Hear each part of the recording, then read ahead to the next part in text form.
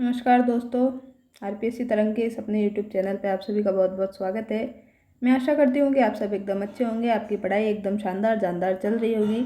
इसी तैयारी को बेहतर करने के लिए हम डेली शाम को 7:30 पे इसी चैनल पे मिलते हैं और अपनी तैयारी को मजबूत करने के लिए कुछ प्रयास करते हैं। अगर आपको ये प्रयास अच्छे लगे तो आप इसको अप्रिशिएट कर सकते हैं कमेंट के माध्यम से और वीडियो को लाइक भी कर सकते हैं। तो इसी के साथ में आपका बिना समय व्यर्थ करते हुए क्या करते हैं, अपना टॉपिक शुरू करते हैं, जो कि आपको यहाँ पे दिख रहा होगा, अजमेर के चौहान। तो हमने इसकी क्या है थ्योरी क्लास तो क्या है पूरी कंप्लीट कर ली थी और इसके बाद में हमने रणथंभौर के चौहान भी कर लिए थे और हमने किए थे जालोर के चौहान। रणथंभौर के और जालोर के चौहान भी हमने कर लिए। तो इनके तो हमने पीवाईक्यू भी साथ में कर लिए थे, जो भी यहाँ पे इस बुक में दिए हैं। लेकिन जो अजमेर के चौहान थे इनकी थ्योरी हम कर पाए थे, पीवाईक्यू क्वेश्चन हम यहाँ पे आज इनके यहाँ पे करने वाले हैं। तो अगर आपने ये पहले वाली वीडियोस नहीं देखी हैं तो आपको डिस्क्रिप्शन में लिंक मिल जाएगा और वीडियो के लास्ट में भी आपको प्लेलिस्ट का और नेक्स्ट वीडियो का लिंक मिल जाएगा, तो आप वहाँ पे भी देख सकते हैं। और डायरेक्ट आप देखना चाहे चैनल पे तो प्लेलिस्ट वाले सेक्शन में आपको मिल जाएगी राजस्थान का इतिहास के नाम से, तो वहाँ पे भी आप इनको देख सकते हैं। ठीक है, तो चलिए अपने अजमेर के जो चौहान हैं इसका फर्स्ट क्वेश्चन है अपने पास में। किस चौहान शासक के द्वारा अजमेर में जो संस्कृत पाठशाला बनवाई गई थी उसे तोड़कर ऐबक कौन कुतुबुद्दीन ऐबक ने 2.5 दिन का झोपड़ा मस्जिद बनवाई। तो आपको बताना है यहाँ पे कि किस चौहान शासक के द्वारा जो है अजमेर में क्या बनवाई गई थी, संस्कृत पाठशाला बनवाई गई थी। तो ये आपको पता होगा कि संस्कृत पाठशाला बनवाई किसने थी। तो हमने जब पढ़े थे विग्रहराज चतुर्थ, क्या पढ़े थे, विग्रहराज चतुर्थ जब पढ़े थे तब हमने यहाँ पे देखा था कि इन्होंने एक संस्कृत पाठशाला बनवाई थी और फिर बाद में क्या हुआ, इसी संस्कृत पाठशाला को तोड़ करके किसने तोड़ा था, तो कुतुबुद्दीन ऐबक ने इसको तोड़ दिया था संस्कृत पाठशाला को।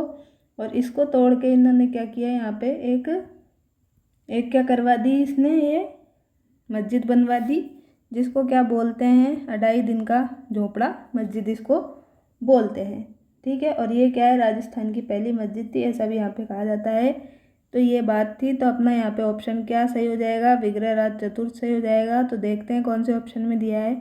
अजयराज तो नहीं है, अर्णोराज जी भी नहीं है, अर्णोराज जी ने तो क्या किया था। तो अभी इनके बारे में भी देखेंगे अपने ऑप्शन। तो यहाँ पे विग्रहराज चतुर्थ थर्ड ऑप्शन राइट हो जाएगा। अब यहाँ पे एक एक करके इनको देखते हैं। तो अजयराज के टाइम पे तो क्या हुआ था, उज्जैन जो कि कहाँ पे आता है एमपी में, यहाँ पे अटैक हुआ था, तो ये हमने पढ़ा था। इसके अलावा हमने क्या पढ़ा था इनके लिए, हमने पढ़ा था कि इन्होंने क्या बसाया था, अजय से हमें याद रखना था अजमेर, बाद में नाम अजमेर दिया, पहले क्या बोलते थे अजय मेरू। तो अजय मेरू या अजमेर नगर की स्थापना भी इन्होंने की थी, किसने की थी, अजयराज जी ने। तो पहली बात ये हो गई, दूसरी बात ये हो गई। अब तीसरी बात क्या थी, तो तीसरी बात हमने देखी थी कि इनका जो धर्म के प्रति क्या था, दृष्टिकोण अच्छा था। इन्होंने जैनों को जो भूमि दी थी तो वो हमने बात यहाँ पे की थी, तो ये आपको पता ही होगा। इसके अलावा जो था क्या था, पार्श्वनाथ मंदिर के हेतु इन्होंने क्या दिया था, स्वर्ण कलश भी दिया था। तो पार्श्वनाथ मंदिर जो है जैनों के, उनके लिए इन्होंने स्वर्ण कलश भी दिया था। और एक लास्ट बात और हमने इनके लिए देखी थी जो कि बहुत ही इम्पोर्टेंट थी, तो तांबे के और इन्होंने क्या है चांदी के सिक्के चलाए थे, तांबे और चांदी के सिक्के चलाए। अपनी अपनी पत्नी का नाम था, क्या नाम था इनकी पत्नी का नाम, सोमलवती। तो सोमलवती जी का नाम क्या है इन सिक्कों पर अंकित करवाया। और सिक्के कौन से थे, तो तांबे और चांदी के। तो ये पोस्टमार्टम हो गया अपने क्या है अजयराज जी का। तो इनके टाइम पे क्या क्या हुआ था सब आपको याद आ गया होगा। ठीक, और अब अर्णोराज जी का भी इसी तरह करते हैं। तो अर्णोराज जी को क्या है, पहले तो सबसे इनकी उपाधियाँ देख लेते हैं।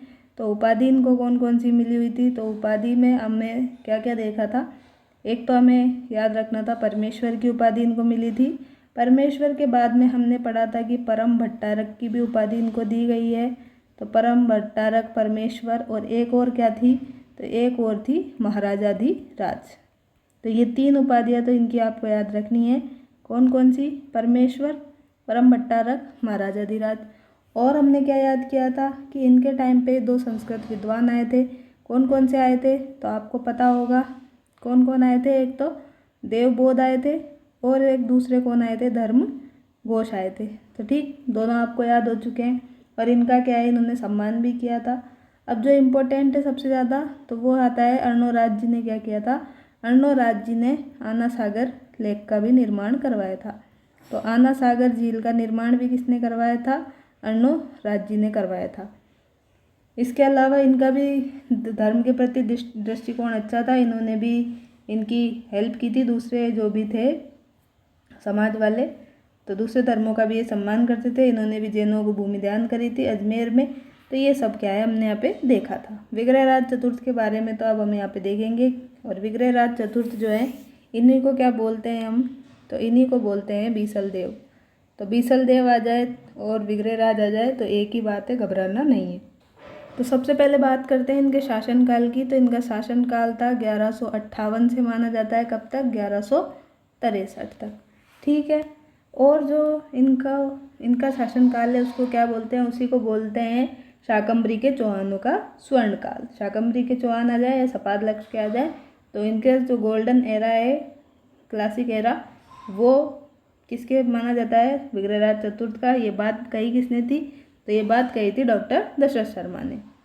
ये बात हो गई यहाँ पे। और फिर क्या देखा था हमने, इनके टाइम पे ही एक नाटक था, इनके लिए ही नाटक था एक। कौन सा नाटक था बताइए जल्दी से। तो हमने याद किया था वहाँ पे हरिकेली नाटक। हरिकेली नाटक जो है वो भी इनके लिए ही लिखा गया था। और ये जो था संस्कृत भाषा में था हरिकेली नाटक। और इसमें क्या था, शिव और अर्जुन के बारे में जो संवाद था वो यहाँ पे बताया गया है।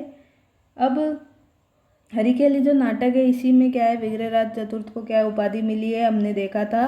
कवि बंधु आ जाए, कवि बांधव या कटि बंधु आ जाए, तीनों में से अगर कोई भी आ जाए तो एक ही बात है, अपने को टिक कर देना है, कवि बंधु, कवि बांधव, कटि बंधु। तो ये तीनों उपाधि आ जाए तो ये किसने दी थी, ये जयानक भट्ट ने इनको दी थी।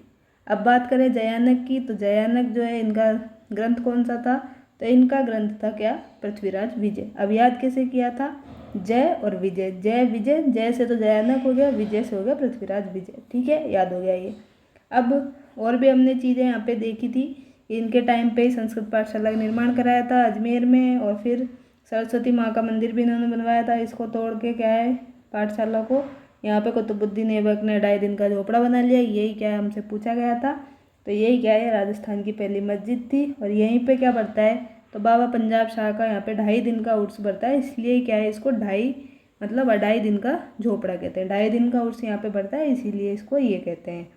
ये बात है यहाँ पर। और बाकी की जो भी बातें हैं, बीसलपुर कस्बा, बीसलपुर तालाब, बीसलपुर बांध, झील आदि क्या है, ये भी इन्होंने ही बनवाई थी। तो बीसलपुर नाम आए तो टोंक में चले जाना है, टोंक में ये सब काम इन्होंने करवाए। और फिर बाद में क्या हुआ, बीसल देव की मृत्यु हो गई। तो इनके बाद में शासक बने अपारगंगे, फिर आए पृथ्वीराज सेकंड। और पृथ्वीराज सेकंड के कोई भी संतान नहीं हुई थी। तो जो चाचा थे इनके पृथ्वीराज सेकंड के, कौन थे, सोमेश्वर चौहान, इन्होंने सत्ता संभाली, मतलब ये राजा बने। फिर क्या हुआ, सोमेश्वर चौहान का विवाह हुआ और उनसे क्या है, फिर पृथ्वीराज थर्ड और हरिराज ऐसे करके आगे बातें हुई। तो बाद में पृथ्वीराज थर्ड यहाँ पे शासक बने। और ज़्यादातर जो है हम अजमेर के चौहान में कुछ लोग सिर्फ इन्हीं को पढ़ते हैं। तो क्वेश्चन अपने यहाँ से भी आते हैं, तो किसी को भी हम स्किप बिल्कुल नहीं करेंगे। जो जो इम्पोर्टेंट होगा वो ज़रूर शामिल करेंगे, ठीक है। तो अब तक जो भी पढ़ा था पूरा अपने को एक बार रिवाइज करा दिया है आपको। तो अगर आपको अच्छा लग रहा हो तो आप ज़रूर कमेंट बॉक्स में लिखें। तो यहाँ पे भी देख लेते हैं एक बार, इसको पूरे को रब कर देते हैं ताकि आपको अच्छे से दिखाई दे। तो देखिए यहाँ पे क्या दिया है अपने को, बीसल देव, जिनको क्या बोलते हैं, विग्रहराज चतुर्थ बोलते हैं। इन्होंने ही अजमेर में संस्कृत पाठशाला और मंदिर किसका था, सरस्वती जी का। तो सरस्वती कंठाभरण मंदिर का निर्माण करवाया। और जिसे तुड़वा कर क्या हुआ, कुतुबुद्दीन ऐबक ने 2.5 दिन का झोपड़ा, जो कि एक मस्जिद थी, इसके रूप में इसको क्या कर दिया, परिवर्तित कर दिया। तो ये सब काम इसने किया 1198 में। तो ये बात अपने को याद रखनी थी। और अपना आंसर यहाँ पे विग्रहराज चतुर्थ से हो जाएगा। ये पूछा था स्कूल लेक्चरर 2022 में। सेकंड क्वेश्चन है अपने पास में कि पृथ्वीराज तृतीय जो है, पृथ्वीराज थर्ड जिन्हें हम पृथ्वीराज चौहान भी कहते हैं, तो पृथ्वीराज तृतीय जो है इनके और मोहम्मद गोरी के मध्य में कितने युद्ध लड़े गए। तो कितने युद्ध लड़े गए आपको पता ही है। यहाँ पे 2 युद्ध जो थे इनके बीच में लड़े गए। अब 2 कौन कौन से थे, तो तराइन के युद्ध थे ये दोनों ही। एक तो तराइन का फर्स्ट हो गया, एक तराइन का सेकंड युद्ध हो गया। अब तराइन का फर्स्ट कब लड़ा गया था बताइए।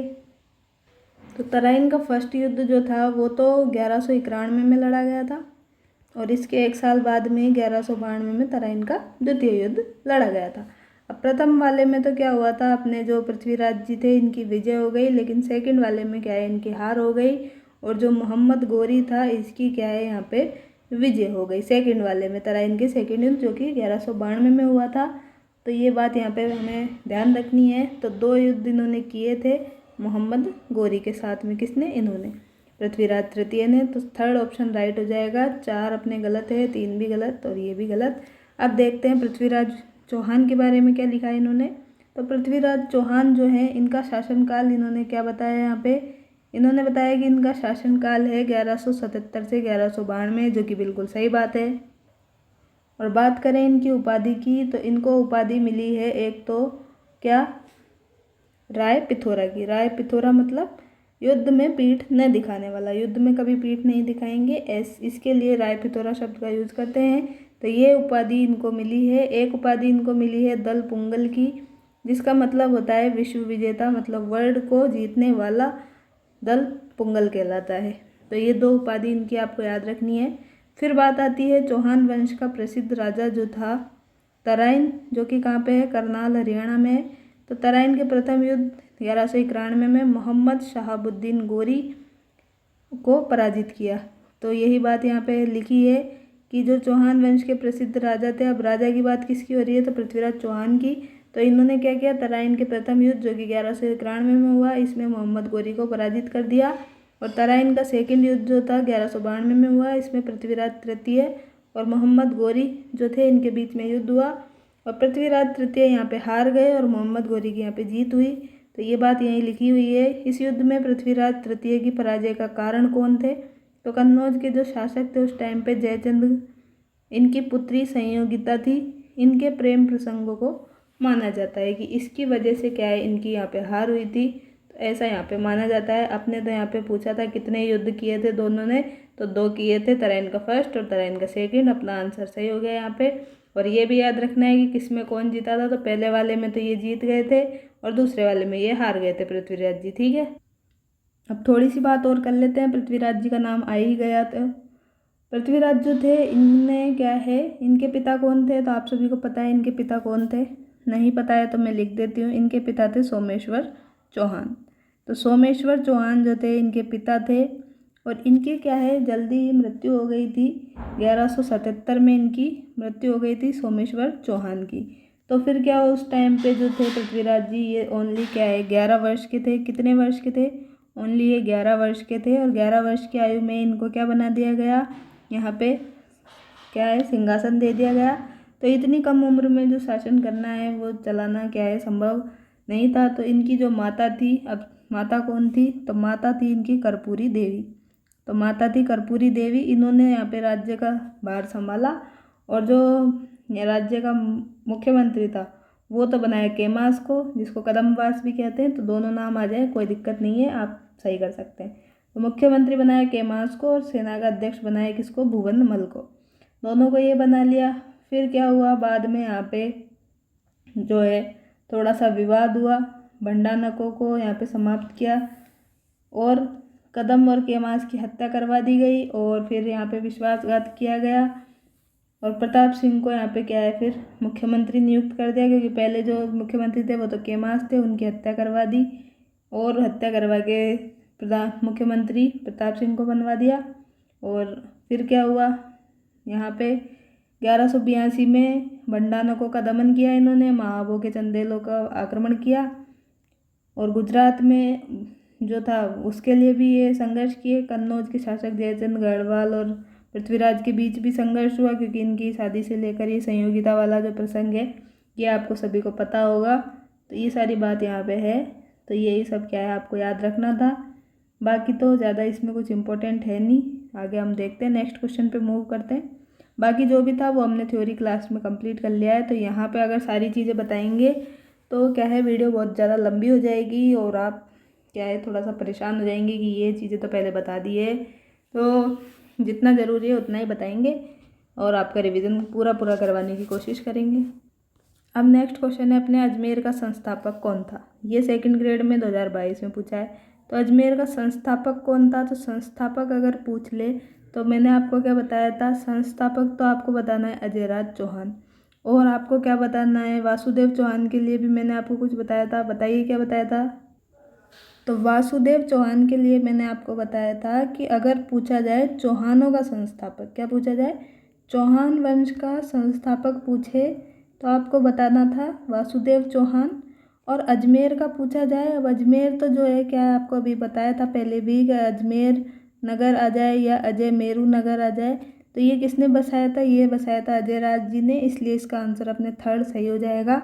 अर्णोराज जी के बारे में अभी पूरा मैं आपको बता के ही आई हूँ, तो आई होप आप सभी को याद होगा, तो वापस से यहाँ पर डिस्कस नहीं करते हैं। थर्ड ऑप्शन यहाँ पे राइट हो जाएगा। अब आगे इसकी व्याख्या देखते हैं। अजयराज जी के बारे में इन्होंने फिर से दिया है, तो ये अजयराज जी जो थे, इनका शासनकाल 1105 से शुरू होकर 1133 तक चला। कौन थे ये? तो ये पृथ्वीराज फर्स्ट के पुत्र थे, और इनका जो समय था वो चौहानों के साम्राज्य निर्माण का समय माना जाता है। इसी को क्या बोलते हैं हम? चौहानों के साम्राज्य का निर्माण काल बोलते हैं। तो चौहानों के साम्राज्य का निर्माण काल आ जाए, ये लाइन आ जाए, एक ही बात है, तो अजयराज कर देना है। इन्होंने ही मालवा के परमारों पर दबाव बनाने तथा अपने साम्राज्य को सुरक्षित करने के लिए 1113 में क्या किया, अजमेर नगर की स्थापना की और इसे अपनी राजधानी बनाया। पृथ्वीराज विजय के अनुसार क्या है, अजयराज ने गर्जन मतंगा मतलब गर्जनी के मदलेच सुल्तान को पराजित किया। तो किसको पराजित किया था अजयराज जी ने? गर्जन मतंगा गजनी के मलेश सुल्तान को पराजित किया, मतलब इनको हराया।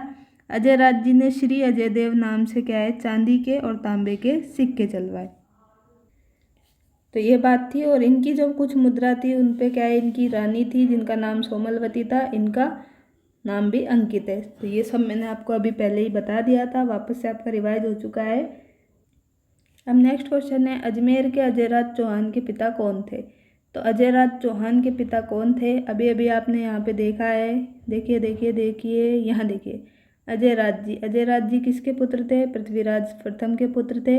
तो यही क्वेश्चन यहाँ पे पूछ लिया है। क्या पूछ लिया? अजमेर के जो अजयराज चौहान थे, इनके पिता कौन थे? तो पिता कौन थे? अभी देखा पृथ्वीराज फर्स्ट थे, तो डायरेक्ट अपने को ये पता होना चाहिए। सीईटी में पूछा था, अभी रिसेंट जो हुई है 2023 में, उसमें पूछा था, ज़्यादा पुरानी बात ये नहीं है। अब यह है अजमेर का पहला चौहान शासक जिसने अपने नाम पर सिक्के चलवाए। तो किसने चलवाए थे? अब अपने नाम पे तो नहीं चलवाए थे, अपनी पत्नी के नाम पे चलवाए थे। तो इनका नाम आता है अजयराज जी। अर्णोराज जी ने ऐसा कुछ किया नहीं था, और विग्रहराज जी ने भी नहीं किया, पृथ्वीराज जी ने किया नहीं किया। तो इसके अनुसार अपने ऑप्शन में जो है अजयराज जी सही हो जाएगा। वैसे इनको देना चाहिए था अपनी पत्नी, ठीक है। तो ऑप्शन में जो है उसको यही मानते हैं, और ये यहाँ पे सही माना है, तो अपने भी यही मानते हैं कि ये सही है।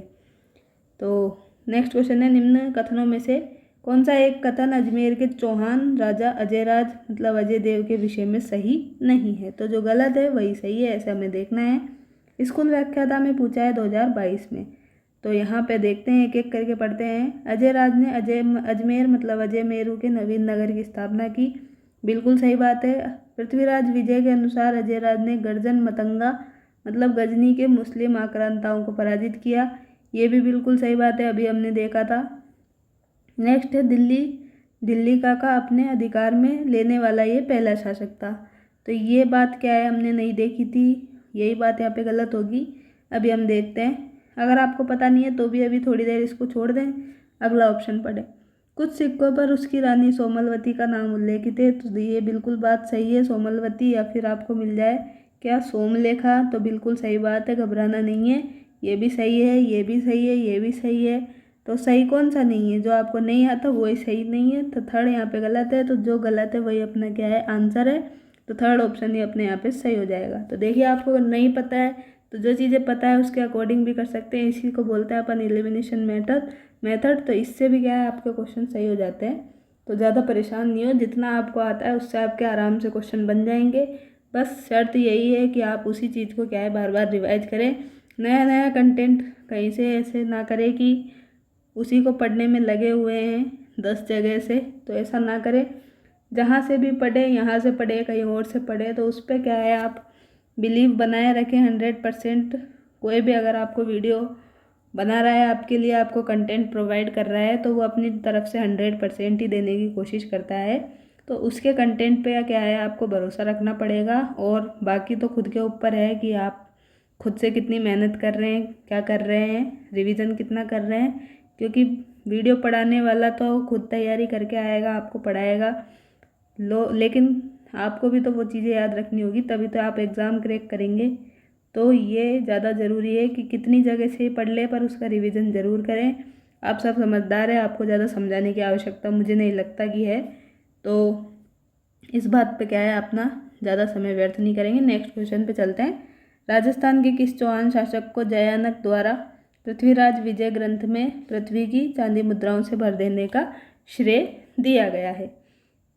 तो ये बात अपने को यहाँ पे बतानी है। तो यहाँ पे देखें, एक तो ये पता है आपको कि जयानक ने क्या लिखा था, पृथ्वीराज विजय लिखा था, तो बिल्कुल सही है। आपने याद कैसे किया था, जय और विजय आ जाए तो याद हो गया था ये ग्रंथ। ठीक है, एक क्वेश्चन तो ये क्वेश्चन के अंदर से ही क्वेश्चन आपके आगे पूछ सकता है, तो ये तो पता होना चाहिए। अब ये क्या बोल रहा है कि पृथ्वीराज विजय ग्रंथ में पृथ्वी को चांदी की मुद्राओं से भर देने का श्रेय दिया गया है। तो ये बात किसके लिए कही गई है, तो ये बात कही गई है अजयराज सेकंड के लिए। तो ये क्या है आपको थोड़ा डायरेक्ट याद रखना है, ये हमने क्या पहले नहीं पढ़ा था, ये पूछा था ARO के एग्ज़ाम में 2022 में। तो सेकंड अपना यहाँ पे राइट हो जाएगा। अब यहाँ पे लिखा है पृथ्वीराज विजय के जो 5वां खंड है, इसमें बताया है कि अजयराज द्वितीय जो है इनका नाम है उर्फ सलाना। इन्होंने मालवा के जो राजा थे, मालवा के राजा कौन थे उस टाइम पे, सुलैना। मारवा के राजा थे सुलैना। इनके साथ साथ मुसलमानों को हराया और उसने दुनिया में, दुनिया मतलब पृथ्वी, यहाँ पे दुनिया का मतलब, तो यहाँ पे पृथ्वी को क्या है चांदी के सिक्कों से भर दिया। ये बात यहाँ पे कही गई है। तो इसको क्या है आप अपने नोट्स में चाहें तो ऐड कर सकते हैं। आगे भी ये सवाल पूछ सकता है क्योंकि थोड़ा सा क्या है ये एक लेवल का सवाल है। ऐसा क्वेश्चन ज़्यादा जल्दी से अपने को क्या है देखने को नहीं मिलता है। तो यहाँ पे देखने को मिल गया है, आगे रिपीट भी हो सकता है, तो बिल्कुल इसको छोड़े नहीं, अच्छे से देख लें। ठीक है, नेक्स्ट है अपने पास अर्णोराज के बारे में निम्नलिखित में से कौन से कथन बिल्कुल सत्य हैं। RPSC में पूछा है सेकंड ग्रेड में 2017 में। तो एक एक करके पढ़ते हैं। अर्णोराज जी के बारे में पता होना चाहिए, तब जाके आप ये क्वेश्चन सही कर पाएंगे। तो पहला है अपने राजकाल के प्रारंभ में इन्होंने एक गजनवी आक्रमण को खदेड़ दिया। तो ये बात सत्य है क्या, बताइए। तो ये बात तो क्या है बिल्कुल सही है। इन्होंने यहाँ पे शुरू में क्या है जो राजा थे गजनवी आक्रमण वाले, मतलब गजनवी की तरफ से, तो उनको हराया था। और गुजरात के जो शासक थे सिद्धराज जयसिंह, इनने भी यहाँ पे आक्रमण किया था अजमेर पे, तो इनको भी यहाँ पे हराया था। इसके बाद में यहाँ पे आक्रमण किया था अपने चालुक्य शासक कुमारपाल चालुक्य ने। तो इसमें क्या हुआ था, कुमारपाल की जीत हो गई थी, लेकिन बाद में क्या हुआ था यहाँ पे वापस से युद्ध हुआ और बाद में ये अर्णोराज जी जो है इन्होंने संधि कर ली कुमारपाल के साथ में। तो ऐसा यहाँ पे बताया। ठीक है, तो पहला तो अपना सही है। दूसरा है वह मालवा के नरवर्मन को पराजित करने में असफल रहा। तो ये बात क्या है यहाँ पे सत्य है क्या, तो मालवा के जो राजा थे इनके बारे में तो ऐसी कुछ बात यहाँ पे हमने की नहीं थी, तो ये सेकंड वाला ही जो है अपने गलत है। तो ये है, सॉरी, सत्य पूछा है ना हमसे, तो सत्य पूछा है, तो ये बात थी यहाँ पे गलत। ठीक, तो दूसरा तो गलत है। अब तीसरा पढ़ते हैं। उसने चालुक्य नरेश जयसिंह सिद्धराज की पुत्री से विवाह कर लिया। अब उसने मतलब अर्णोराज जी ने क्या है इनसे विवाह कर लिया क्या, तो बिल्कुल सही बात है। जयसिंह सिद्धराज की जो पुत्री थी, पुत्री का नाम क्या है तो आपको पता होना चाहिए, कांचन देवी इनका नाम था पुत्री का। इनसे क्या है अर्णोराज जी का विवाह कर दिया गया। तो ये तो यहाँ पे बिल्कुल सही बात है। तो थर्ड भी राइट है, फर्स्ट भी राइट है। अब आगे पढ़ते हैं। अब आगे अपने पास में फोर्थ, वह अपने ही पुत्र के द्वारा मारा गया। तो ये भी बात क्या है बिल्कुल सही है कि अर्णोराज जी की जो हत्या है वो किसने की थी, तो अर्णोराज जी की हत्या की थी इन्हीं के पुत्र जगदेव ने। जगदेव ने क्या है इनकी हत्या कर दी थी, इसलिए क्या है जगदेव को क्या बोलते हैं, जगदेव को बोलते हैं चौहानों का क्या, पितृहंता। चौहानों का क्या बोलते हैं, जगदेव को पितृहंता बोलते हैं। तो ये क्या है बिल्कुल सही बात है कि ये जो है अपने पुत्र के द्वारा मारे गए थे। तो फोर्थ भी राइट है। तो देखते हैं ऑप्शन में 1, 3 और 4। अब 1, 3, 4 ही तो सही थे, दूसरा तो गलत था अपने, तो पहला ही अपने सही हो जाता है, बाकी देखने की ज़रूरत भी अपने को नहीं है। तो यहाँ पे अर्णोराज जी के बारे में देखते हैं क्या दिया गया है। अर्णो राज्य का शासनकाल 1133 से 1155 तक रहा। अजय राज्य के बाद इनके पुत्र अर्णोराज ने 1133 में गद्दी संभाली। पंजाब के पूर्वी भाग और संयुक्त प्रांत के पश्चिमी भाग को क्या है डिवाइड किया, विजित किया मतलब जीता। और चालुक्य शासक कौन था? कुमारपाल। इससे हारने पर क्या है अर्णो राज्य की प्रतिष्ठा को काफ़ी धक्का लगा। और फिर क्या है इन्होंने महाराजाधिराज, परमेश्वर और परम भट्टारक की उपाधि भी धारण की। अब ये बात तो क्या है हम पहले भी कर चुके थे। अर्णो राज्य ने तुर्क आक्रमणकारियों को बुरी तरह से हराया और मालवा के जो राजा थे नरवर्मन, इनको क्या है पराजित किया। अब हमें ऊपर ऑप्शन में क्या दिया गया था? ऑप्शन में दिया गया था कि नरवर्मन को पराजित करने में क्या है ये असफल रहे थे, जबकि क्या है ये सफल रहे थे। तो इसलिए क्या है वो सेकंड ऑप्शन गलत हो गया। तो ऑप्शन को जरूर ध्यान से पढ़े। एक जो शब्द है असफल और इसके अगर सफल लगा दे तो दोनों में बहुत अंतर हो जाता है। तो एक अक्षर से ही देखिए आपका क्वेश्चन गलत और सही हो सकता है। तो आप इसको ज़रूर ध्यान में रखें, ज़्यादा जल्दबाजी वहाँ पे नहीं करें। वहाँ पे एग्ज़ाम में ये समझे कि आपने जितना पढ़ा है उसमें से पेपर आया है, आप उसको कर सकते हैं। तो बार बार अपने को यही याद दिलाएं ताकि आप अच्छे से एग्ज़ाम कर पाएँ। एग्ज़ाम में ये ना सोचे कि एक दो क्वेश्चन नहीं आ रहे तो हमारा तो क्या होगा, आराम से आपसे क्वेश्चन सॉल्व होंगे। बस थोड़ा सा धैर्य बनाने की ज़रूरत है और ख़ुद पे विश्वास करने की। तो ऐसा करेंगे तो ही आप क्या सक्सेस हो पाएंगे। ज़्यादा डरेंगे, घबराएंगे और ऐसे करेंगे, याद नहीं करेंगे, मतलब प्रैक्टिस नहीं करेंगे तो ज़रूर वहाँ पे ऐसा लगेगा। तो अभी से प्रैक्टिस अपनी बरकरार रखें। कहीं से भी आप टेस्ट दे रहे होंगे या फिर MCQ सॉल्व कर रहे होंगे, वीडियोस देख रहे होंगे, तो जितना आप कर रहे हैं ना वो बिल्कुल सफिशिएंट है, आपके अकॉर्डिंग करिए। अब हर चीज़ के लिए आपको गाइड नहीं किया जा सकता, आप सब समझदार है, आपका अलग वो है पैटर्न, पढ़ने का सबका अलग होता है। तो उसके लिए क्या है ज़्यादा स्ट्रेटेजी वाले वीडियो ये सब लाने का मुझे नहीं लगता कोई मतलब होता है। जो जिसको जैसे सही लगता है, जो टाइम सूटेबल लगता है वो उस टाइम पे पढ़ सकता है। बस शर्त यही है कि रिवीजन करें, रिवीजन करें, रिवीजन करें। और रिवीजन के लिए अगर आप खुद से नहीं कर पा रहे हैं तो ये वीडियो देख लें, चाहे 2x पे ही देख लें, आपका काम यहाँ पे चल जाएगा। इसके लिए ये वीडियो बन रही है, नहीं तो कोई मतलब नहीं है इनके बनाने का। आपकी हेल्प हो जाए। अगर आप खुद से नहीं पढ़ पा रहे हैं, आपको कोई पढ़ने नहीं दे रहा है, तो ईयरफोन लगा के आराम से 1 घंटा निकाल सकते हैं, बैठ सकते हैं और इनको देख सकते हैं। और जितना आपको यहाँ पे याद रह जाए उतने से आपका काम चल जाएगा, अगर 1 बार 2 बार वीडियो भी आपने देख ली तो। बाकी आपकी इच्छा है, अगर आप खुद से पढ़ पाते हैं तो उससे अच्छा तो कुछ हो ही नहीं सकता, उसकी होड़ तो कोई भी नहीं कर सकता। तो अपने पढ़ रहे थे अर्णो राज्य के बारे में। तो अर्णो राज्य ने क्या है मालवा के जो राजा थे नरवर्मन, इनको पराजित किया। और चालुक्य के जो राजा थे, नरेश मतलब राजा ही होता है, तो जयसिंह सिद्धराज थे, इन्होंने अपनी पुत्री जो थी कांचन देवी, इनसे इनका विवाह करा दिया, किसका? अर्णो राज्य का। और अजमेर में आना सागर झील का निर्माण भी करा दिया अर्णो राज्य ने। अर्णो राज्य स्वयं तो क्या थे, शैव मत को मानते थे, मतलब शिव भगवान को मानते थे, भगवान शंकर महादेव जी को मानते थे। लेकिन क्या है ये अन्य जो धर्म थे इनके प्रति भी सहिष्णु थे, मतलब अच्छी भावना रखते थे, दया भाव रखते थे। और उन्होंने पुष्कर में जो बराह मंदिर था उसका निर्माण भी करवाया। अर्णो राज्य ने अजमेर में खतरगज, जो कि जैन आते हैं, जैनों में आते हैं खतरगज जी, तो यहाँ पे खतरगज के लिए अनुयायियों के लिए भूमि का दान किया। देवबोध और धर्मघोष इनके समय के प्रखंड विद्वान थे, ये हमने देख ही लिया था, जिनको उन्होंने सम्मानित भी किया था।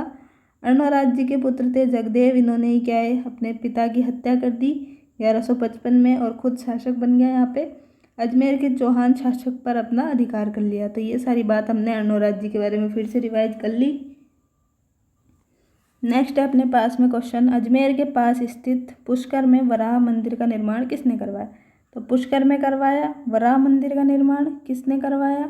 अभी अभी हमने देखा है अर्णो राज्य ने करवाया। 2 बार पूछ लिया, रीट में 22 में, असिस्टेंट इंजीनियर 2023 में। तो ये बिल्कुल सही है। अब नेक्स्ट है कटिबंधु कटि बांधव, तो कटिबंधु और कवि बांधव, तो ये किसका नाम है, कौन सा राजा इनके नाम से प्रसिद्ध था? हमने देख लिया था जब हमने विग्रहराज चतुर्थ पढ़ा था, V4, तो विग्रहराज चतुर्थ सही है। बाकी तो धारावर्ष तो इसमें पढ़ा ही नहीं अपने अजमेर में, वैसे भी कुंभा भी नहीं पढ़ा, ये भी नहीं पढ़ा। तो ये तो क्या है अपने पढ़े ही, मेवाड़ में पढ़ेंगे इनको तो दोनों को। तो अगर नहीं आता अपने को तो अजमेर शासक अभी पढ़ रहे हैं तो वहाँ से भी देख सकते हैं।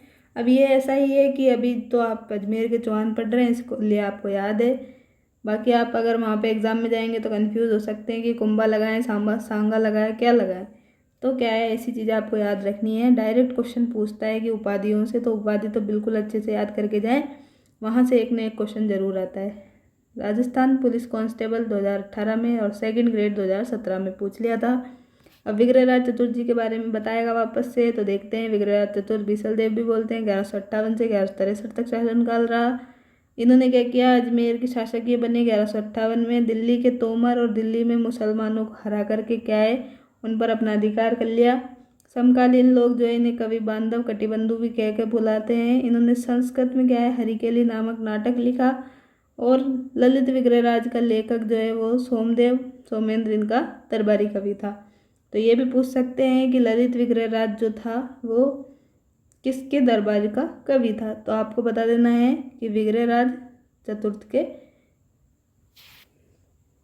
ललित विग्रहराज का लेखक सोमदेव किसका दरबारी कवि था, तो विग्रहराज चतुर्थ का था। ठीक है, ये याद रखना है।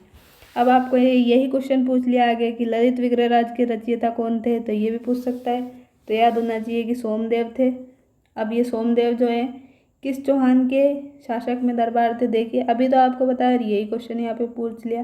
तो ऐसे ही एग्जामिनर करता है। अगर आपने ये बुक भी पढ़ ली, अब आप ये मान के चलिए आपके पास समय नहीं है, ठीक है, मैं आपको एक एग्जाम्पल देती हूँ, 1 मिनट आपका यहाँ पे लूँगी। तो मान लीजिए अभी तक आपने क्या है, आपके सेकंड पेपर की तैयारी की है, ठीक है, सब्जेक्टिव पेपर की पूरी तैयारी आपकी बहुत शानदार हो चुकी है।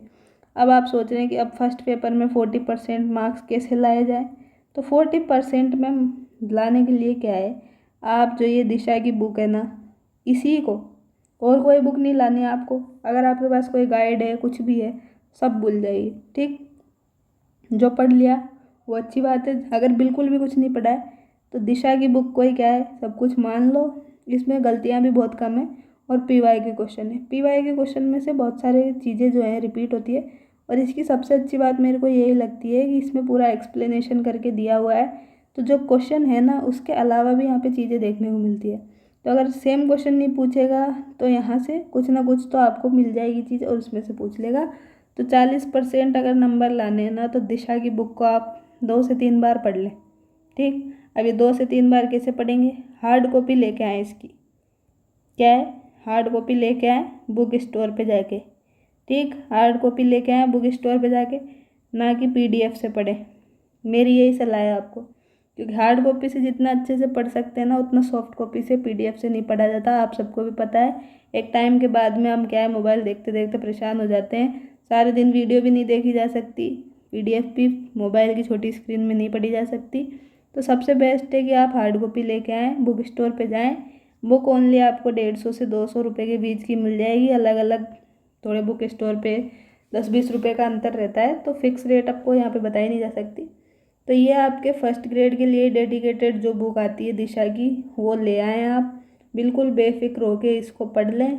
40% नंबर क्या है आपके आराम से आ जाएंगे। ठीक है, 40% क्या, इससे ज़्यादा ही आ जाएंगे। अगर आपको कुछ भी नहीं करना है, कोई वीडियो नहीं देखनी, कुछ भी नहीं करना है, तो अब ये बात क्या है, आपको कोई भी नहीं बताएगा। ये बात आपको वही बता सकता है जो या तो खुद तैयारी कर रहा है या फिर इस फेज से निकला होगा। जिसको यहाँ पे क्या है ना, अब ठीक है, ज़्यादा अपने यहाँ पे बात नहीं करेंगे, आपका समय वेस्ट नहीं करेंगे। बस आपको यही बता सकती हूँ कि दिशा की बुक ले आएँ, बेस्ट है। PDF के लिए आप बार बार परेशान हो रहे हैं, PDF नहीं डाली, PDF नहीं डाली। तो देखिए भाई, मेरे को भी काम रहता है, मैं भी लाइब्रेरी रहती हूँ सारे दिन में, तो मेरे को भी टाइम नहीं मिल पाता है। जैसे जैसे टाइम मिलेगा मैं आपको PDF दे रही हूँ। अगर आपको पढ़ना है तो आप वीडियो के माध्यम से पढ़ सकते हैं, और PDF का जैसे समय मिलेगा वैसे PDF अपने आप आपको प्रोवाइड करवा दी जाएगी। तो मैं यही बोलूँगी कि ज़्यादा महंगी बुक है नहीं। देखो, एक आप अगर 150-200 की बुक और ले आएंगे, आपके पास मान लीजिए 10 बुक रखी है, एक बुक और ले आएंगे तो क्या बिगड़ जाएगा, आपको कुछ भी नहीं बिगड़ेगा। 150-200 रुपये में आपकी जॉब लग जाएगी, वो ज़्यादा अच्छा है, या फिर आप परेशान होते रहे PDF के लिए, वो ज़्यादा अच्छा है। तो क्या है, आपको करना है सेलेक्ट, तो कि आपको करना क्या है, मैंने आपको बात बता दी है। मानना ना मानना आपकी इच्छा है। आप सभी जो हैं समझदार हैं, आप में से कुछ लोग मुझसे बड़े भी हैं, मेरे भाई बहन भी हैं। तो जितना मुझे पता है उसके अकॉर्डिंग ही मैं यहाँ पे आपको बात बताती हूँ, उससे ज़्यादा यहाँ पे मैं कुछ भी नहीं बोलती हूँ, आपको पता भी है। ठीक है, नेक्स्ट क्वेश्चन है अपना, अजमेर का पराक्रमी चौहान शासक जिसने दिल्ली पर विजय प्राप्त करके अपने साम्राज्य में शामिल कर लिया, वह कौन था? तो अभी अभी हमने यहाँ पे देखा था पूरा ये, तो ये तो हमने अर्णोराज्य के बारे में देखा था। अब हमने क्या देखा था, दिल्ली पर विजय करके साम्राज्य में मिला लिया किसने? तो ये भी हमने एक क्वेश्चन अभी अभी देखा था जिसमें विग्रहराज चतुर्थ के बारे में पूछा था, कवि बंधु कटिबांधव की उपाधि वाला, तो वहाँ पे हमने ये बात देखी थी। तो चतुर्थ, विग्रहराज चतुर्थ वाला अपना यहाँ पे आंसर सही हो जाएगा, क्योंकि इन्होंने ही जो है दिल्ली के तोमर शासकों पर विजय प्राप्त करके अपने साम्राज्य में इनको शामिल कर लिया था। नेक्स्ट क्वेश्चन है, किस चाहमान चौहान शासक ने 12वीं शताब्दी में बीसलपुर की स्थापना की? तो 12वीं शताब्दी में बीसलपुर की स्थापना किसने की, बताइए। तो बीसलपुर का नाम आते ही एक तो पहले टोंक ध्यान रखना है कि बीसलपुर जो है कहाँ पे, टोंक में, टोंक जिले में पड़ता है। और इसकी स्थापना किसने की? तो इसकी स्थापना भी विग्रहराज चतुर्थ ने ही की थी। उदय सिंह तो यहाँ हमने देखा ही नहीं, सांगा जी भी नहीं देखे अभी, तो हमीर सिंह भी नहीं देखे यहाँ पे। तो पढ़ाई हमने अजमेर के चौहान में विग्रहराज जी को था, तो ये टॉपिक वाइज में तो बिल्कुल गलत होना ही नहीं चाहिए, वहाँ पे थोड़ा घबरा सकते हैं। तो वहाँ भी क्या है, यहाँ दे दिया चाहमान चौहान, तो ये चौहान नहीं थे, ये भी नहीं थे, ये भी नहीं थे, तो चौहान एक ही थे। अगर नहीं भी पढ़ा तो भी आप ऐसे क्या है लगा सकते थे। ठीक है,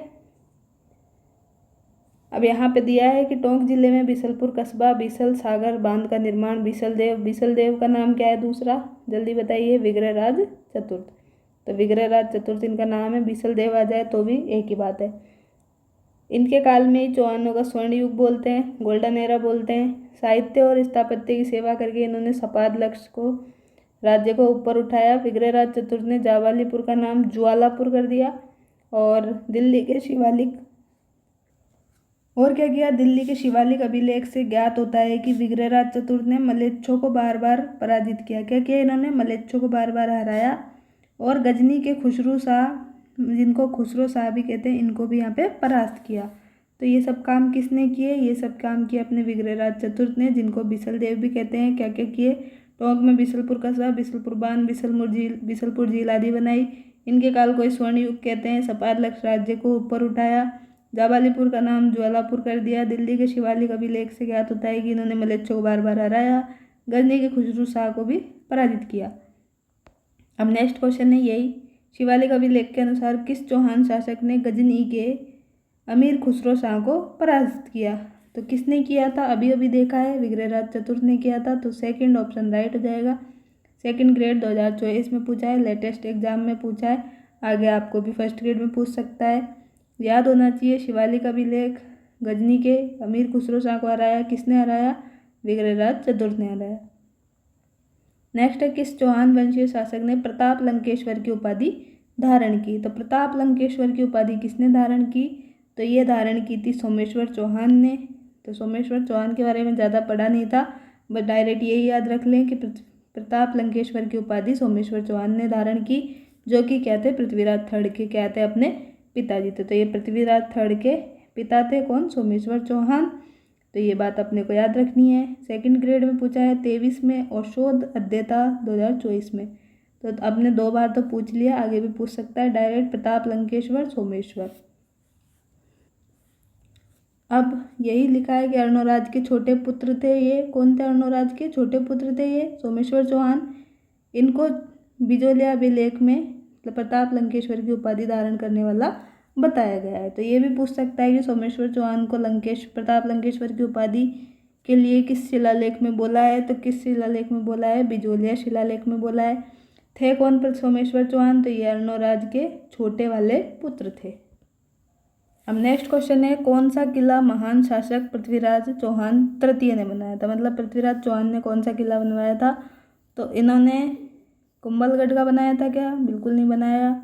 रणथंभौर भी इन्होंने नहीं बनाया। रणथंभौर में तो क्या है, हमीर देव का शासनकाल था। राय पिथौरा, तो राय पिथौरा क्या है, इन्होंने बनवाया था। तो हाँ, राय पिथौरा इन्होंने बनवाया था। गागरोन दुर्ग इन्होंने नहीं बनाया था, ये तो अचलदास खीसी ने बनवाया था, ये झालावाड़ में स्थित है, तो ये भी इन्होंने नहीं बनवाया था। तो जो किला राय पिथौरा है ये इन्होंने बनवाया था, किसने, पृथ्वीराज चौहान तृतीय ने। अब थर्ड ऑप्शन राइट हो गया। दिल्ली के लाल कोट क्या है, दिल्ली के लाल कोट किले का निर्माण 12वीं शताब्दी में अनंगपाल तोमर के शासनकाल में हुआ। इसे दिल्ली का पहला शहर कहा जाता है। इसी किले को क्या है, अजमेर के जो चौहान शासक थे पृथ्वीराज चौहान तृतीय, इन्होंने मोहम्मद गोरी से जीत के क्या है, इसका नाम राय पिथौरा कर दिया था। तो ये बात क्या है, आपको याद रखनी है। अब नेक्स्ट क्वेश्चन है, कौन पृथ्वीराज चौहान तृतीय का दरबारी विद्वान था? विद्यापति गौड़, बिल्कुल हमने नहीं देखा ये, तो ये क्वेश्चन ही अपने नोट से थोड़ा बाहर है, तो इसको ऐड कर लेना। तो देखो, जो चीज़ बाहर है वो मैं आपको बता रही हूँ भाई, ये बाहर है, आप इसको ऐड कर ले। जो चीज़ अपन दे रहे हैं उसको मानने में कोई बुराई नहीं है, मेरा यही मानना है। फालतू में यहाँ पे कोई, मैं आपको ये नहीं करती कि आप ये कीजिए, मैंने आपको ये बताया नहीं बताया। जो चीज़ बताती हूँ वही मैं आपको बोलती हूँ, जो चीज़ नहीं है वो नहीं है, जो है वो है। ठीक है, सारा कुछ आपके सामने है। ठीक है, आपको नोट्स भी दिख रहे होंगे, कितनी मेहनत लगती है नोट्स बनाने में, कितना टाइम लगता है। आप तो बोल देते हैं कि मैम PDF डाल दीजिए। ठीक है, PDF बनाने में कितना समय लगता है, उसको एडिट करने में कितना समय लगता है, आप सबको ये अभी क्या पता नहीं है। आप सब ये काम जब करेंगे, किसी की हेल्प करेंगे, तो आपको पता लगेगा कि इनमें कितनी मेहनत लगती है। आप इस मेहनत को देख रहे हैं, लेकिन क्या है, आप एक कमेंट नहीं कर सकते। आप देखिए कितनी बेकार बात है ये, कि आप इस वीडियो को लाइक भी नहीं कर सकते, एक कमेंट भी नहीं कर सकते, लेकिन वीडियो देखेंगे ज़रूर, क्योंकि आपका फ़ायदा हो रहा है। तो खुद का फ़ायदा ही सब चाहते हैं यहाँ पे, दूसरे का फ़ायदा बिल्कुल कोई नहीं चाहता कि दूसरे को लाइक कर दे, किसी को कमेंट कर दें तो उसको भी अच्छा लगेगा और अच्छा कंटेंट वो आपके लिए लेके आएगा। अगर आप ये काम नहीं करेंगे तो मैं भी आगे से आपके लिए वीडियो नहीं लाऊंगी।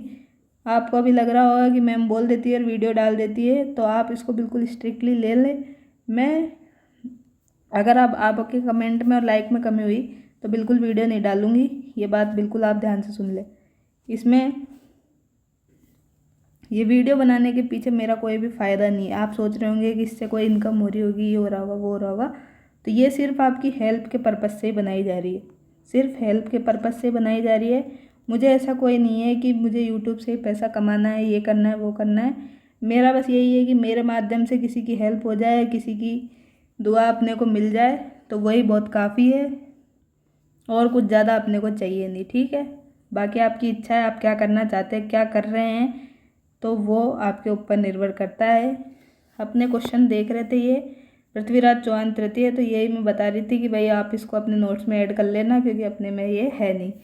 तो पृथ्वीराज तृतीय के दरबारी विद्वान में कौन कौन आते हैं, यहाँ पे पहले देख लेते हैं। तो इसमें आते हैं जयानक, चंद्रबरदाई, जनार्दन, आशाधर, विद्यापति गौड़, विश्वरूप और पृथ्वी भट्ट। कौन कौन आते हैं? जयानक, चंद्रबरदाई, जनार्दन, आशाधर, विद्यापति गौड़, विश्वरूप और पृथ्वी भट्ट। तो 2-3 बार पढ़ेंगे तो याद हो जाएगा, और इन्हीं में से वो क्या है, एग्जामिनर क्वेश्चन घुमा घुमा के देगा आपको, तो आप वहाँ पे कंफ्यूज हो जाएंगे। तो बार बार इनको पढ़े और याद रखें। तो अब ऑप्शन में देखते हैं कि पृथ्वीराज चौहान के दरबारी विद्वान नहीं थे, तो नहीं को क्या है, हम स्किप कर रहे थे, तो नहीं थे देखना है। अब विद्यापति गौड़ तो थे, अभी देखा नीचे, ये देखो, ये विद्यापति गौड़ थे। वागीश्वर जनार्दन थे क्या? वागीश्वर जनार्दन, अब यहाँ पे ओनली जनार्दन दिया है, तो वागीश्वर जनार्दन ही है ये, तो ये भी थे। विश्वरूप भी थे, ये रहा विश्वरूप, तो विश्वरूप भी थे। अब सारंगधर जो है इसमें नहीं है, तो सारंगधर ही यहाँ पे नहीं थे, और जो नहीं है वही सही है, तो जो नहीं है वही सही है, तो सही भी यही है, 4th वाला। नेक्स्ट है अपने पास कदम्बास केम्बास किस राजा के समय पे मुख्यमंत्री थे? तो ये क्या था, ये थे अपने पृथ्वीराज थर्ड के समय। अब पृथ्वीराज थर्ड जो है ओनली 11 वर्ष की आयु में ही क्या है, इनको शासन संभला दिया गया, क्योंकि इनके पिता जो थे सोमेश्वर चौहान, उनकी जल्दी ही मृत्यु हो गई थी, और उस टाइम पे फिर इनको 11 वर्ष में सिंहासन पे बिठा दिया गया। फिर क्या हुआ, इनकी जो माता जी थी, क्या थी इनका नाम, कर्पूरी देवी, इन्होंने राज्य को संभाला, और जो मुख्यमंत्री था वो बनाया कदम्बास केम्बास को। तो ये बताया था आपको पहले भी। और फिर बाद में क्या है, विश्वासघात कर कुरा के क्या है, इनकी कदम्बास की हत्या कर दी थी, और फिर बाद में मुख्यमंत्री चेंज हो गया था। ऐसा कुछ आपको अभी बताया था। तो आपको जितना याद है उसके अकॉर्डिंग अपने क्या है, ये 4th ऑप्शन सही है। अब यहाँ पे व्याख्या भी देख लेते हैं। तो अजमेर के जो चौहान वंश के अंतिम प्रतापी शासक थे कौन थे? पृथ्वीराज तृतीय, मतलब पृथ्वीराज चौहान। इनका जन्म 1166 ईस्वी में गुजरात की तत्कालीन राजधानी थी अनिल पाटन यहाँ पे हुआ था। पिता इनके थे सोमेश्वर चौहान, जिनकी मृत्यु के टाइम पे पृथ्वीराज की उम्र क्या थी, ओनली 11 वर्ष। तो ये मैंने बताया कि इनकी उम्र ओनली 11 वर्ष थी। ऐसे समय में इनकी माता जो थी कर्पूरी देवी, ये बताया कि ये माता थी, इन्होंने संरक्षक की भूमिका निभाई। और जो उस समय कदमवास केमास या केमवास आ जाए, इनको क्या बना दिया, प्रधानमंत्री। अब प्रधानमंत्री तो यहाँ पे नहीं है, मुख्यमंत्री आएगा, इसको क्या है सही कर लें। अब देखें, अब इस बुक में थोड़ी सी गलती आपको दिखी तो ये नहीं माने कि इस बुक में तो हज़ारों गलतियाँ हैं, छोटी मोटी गलती हो जाती है। यहाँ पे तो क्या है, मुख्यमंत्री दिया है तो टाइप करने में थोड़ा सा एरर हो जाती है। तो जैसे जैसे आप पढ़ेंगे, अपना लेवल बढ़ाएंगे, तो आपको खुद ब खुद पता चल जाएगा कि क्या चीज़ें गलत हैं, क्या चीज़ें सही हैं। अब जो बुक टाइप कर रहा है, बुक लिख रहा है, वो भी तो एक इंसान है, उससे भी गलती हो सकती है। तो किसी को ऐसे ना बोले कि उसने ये किया है, किसी को अप्रिशिएट नहीं कर सकते, तो उसके लिए आलोचना ना करें। मेरा तो मानना यही है कि क्योंकि कोई भी आपके लिए कुछ भी काम कर रहा है, आपके लिए बुक लिख रहा है, कंटेंट ला रहा है, कुछ भी कर रहा है XYZ, तो उसमें मेहनत लगती है, हर काम के पीछे मेहनत लगती है। आप भी जानते हैं ये चीज़, नहीं जानते हैं तो बिल्कुल जान लीजिए, क्योंकि आप भी आगे जाके किसी न किसी माध्यम में तो किसी की हेल्प करेंगे ही, ऐसी मुझे उम्मीद है। वैसे तो आप सब बहुत अच्छे हैं, इतना वीडियोज़ को प्यार दे रहे हैं, तो और प्यार आप दें, इसी तरह सपोर्ट बनाए रखें, तो अपन चलते रहेंगे। सपोर्ट टूटा और फिर अपन भी टूट जाएंगे, तो ऐसी बात बिल्कुल नहीं करनी है। सपोर्ट आपका बिल्कुल कम नहीं होना चाहिए, ठीक है। नेक्स्ट क्वेश्चन है, गौरी के आक्रमण के समय चालुक्यों को सहायता देने के विरुद्ध पृथ्वीराज तृतीय को परामर्श देने वाले मंत्री कौन थे। तो गौरी के आक्रमण मतलब मोहम्मद गौरी के आक्रमण के समय क्या है, चालुक्यों को सहायता देने वाले मंत्री कौन थे। तो ये पृथ्वीराज तृतीय के टाइम पे मंत्री कौन थे, अभी अभी देखा, कदमवास केमासवास था। तो ये सही हो जाएगा। 2 बार पूछ लिया, सेकंड ग्रेड में 22 में, कॉलेज लेक्चरर 2016 में भी, तो सही है। नेक्स्ट क्वेश्चन है, कौन सा एकमात्र ग्रंथ है जो दावा करता है कि राजा पृथ्वीराज की मृत्यु जो है तराइन के युद्ध के मैदान में हुई थी। तो ये कौन सा ग्रंथ बताता है कि इनकी मृत्यु यहाँ पे हुई थी। तो ये बताता है अपने को ये विरुद्ध विधि विध्वंस। विरुद्ध विधि ध्वंस जो है, इसमें क्या है, इस ग्रंथ में बताया है कि जो पृथ्वीराज जी की मृत्यु है तराइन के युद्ध में हुई थी, मैदान में। तो ये यहाँ पे सही है।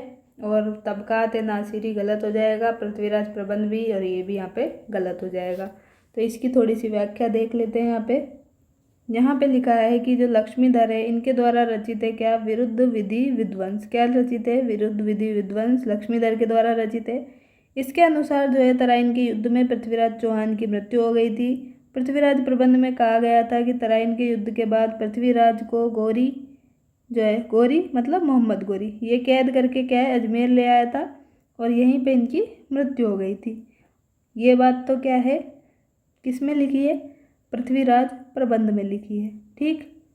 तो यहाँ पे तो देखा हमने, विरुद्ध विधि विध्वंस में बोल दिया कि तराइन के युद्ध में इनकी मृत्यु हो गई थी, और पृथ्वीराज प्रबंध जो है इसमें बोला कि युद्ध के बाद इनको मोहम्मद गौरी कैद करके कहाँ ले आया, अजमेर, और फिर यहाँ पे इनकी मृत्यु हुई। फिर जो हम्मीर महाकाव्य है, हम्मीर महाकाव्य में क्या है, नयनचंद्र सूरी का है ये। इसमें बोला कि पृथ्वीराज को कैद करके बाद में मरवा देने के लिए मरवा दिया, यहाँ पे ये बोला है। और तबकात नासिरी जो है, इसमें बोला है कि इनको पकड़कर फिर मरवाया गया। तो ये सारी बात यहाँ पे उल्लेखित है। अब नेक्स्ट क्वेश्चन है अपने पास, पृथ्वीराज चौहान थर्ड मतलब पृथ्वीराज चौहान जो है, इनके समकालीन चंदेल शासक कौन था। तो चंदेल शासक थे इनके समकालीन जयवर्मा परमार्दी देव। हाँ, तो परमार्दी देव थे, क्योंकि परमार्दी देव जो थे चंदेल शासक, इन्हीं को क्या है इन्होंने हराया था। तो ये हमने पढ़ा भी था थ्योरी में। जय वर्मा नहीं थे, कीर्ति वर्मा भी यहाँ नहीं थे, यशो वर्मा भी नहीं थे। तो जो नहीं थे वो तो हटा देने हैं। पढ़ा ओनली यही था, अगर थ्योरी देखिए ध्यान से तो पता होगा। परमार्दी देव बिल्कुल सही है। फर्स्ट ग्रेड में पूछ लिया 22 में, सेकंड में पूछ लिया 14 में, लैब असिस्टेंट में भी पूछ लिया, तो आगे भी पूछ सकता है कि पृथ्वीराज चौहान के समकालीन चंदेल शासक कौन थे। तो परमार्दी देव थे। अब थोड़ा सा पृथ्वीराज जी के बारे में वापस देखते हैं। पृथ्वीराज जी ने 1182 में भरतपुर मथुरा क्षेत्र में भंडानकों के विद्रोह का अंत किया, और महोबा के जो चंदेल शासक थे परमार, जिनको परमार्दी देव भी बोलते हैं, इनको हराकर क्या कर लिया, इनसे संधि के लिए विवश कर दिया इनको परमार्दी देव को। और 1182 में क्या किया, पृथ्वीराज चौहान ने महोबा पर आक्रमण किया, और पृथ्वी परमारदी देव के जो दोनों वीर थे, वीर कौन थे इनके? आला और उदल। आला और उदल को पृथ्वीराज के विरुद्ध गए, युद्ध में वीरता से लड़ते हुए वीरगति से प्राप्त हो गए। ठीक। पृथ्वीराज जो है इन्होंने पंजुन राय कछवाहा को महोबा का उत्तराधिकारी नियुक्त करके लौट आए। ठीक है।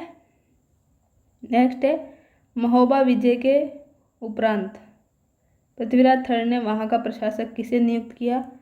पंजुन राय, गोविंद राय, भुवनमल, उदयराज। स्कूल लेक्चर 2022 में पूछा था। तो अभी ये लाइन पढ़ी है कि पृथ्वीराज जो है पंजुन राय कछवाहा को महोबा का उत्तराधिकार करके नियुक्त करके लौट आए थे। तो पंजुन राय जो है ये बिल्कुल सही हो जाएगा।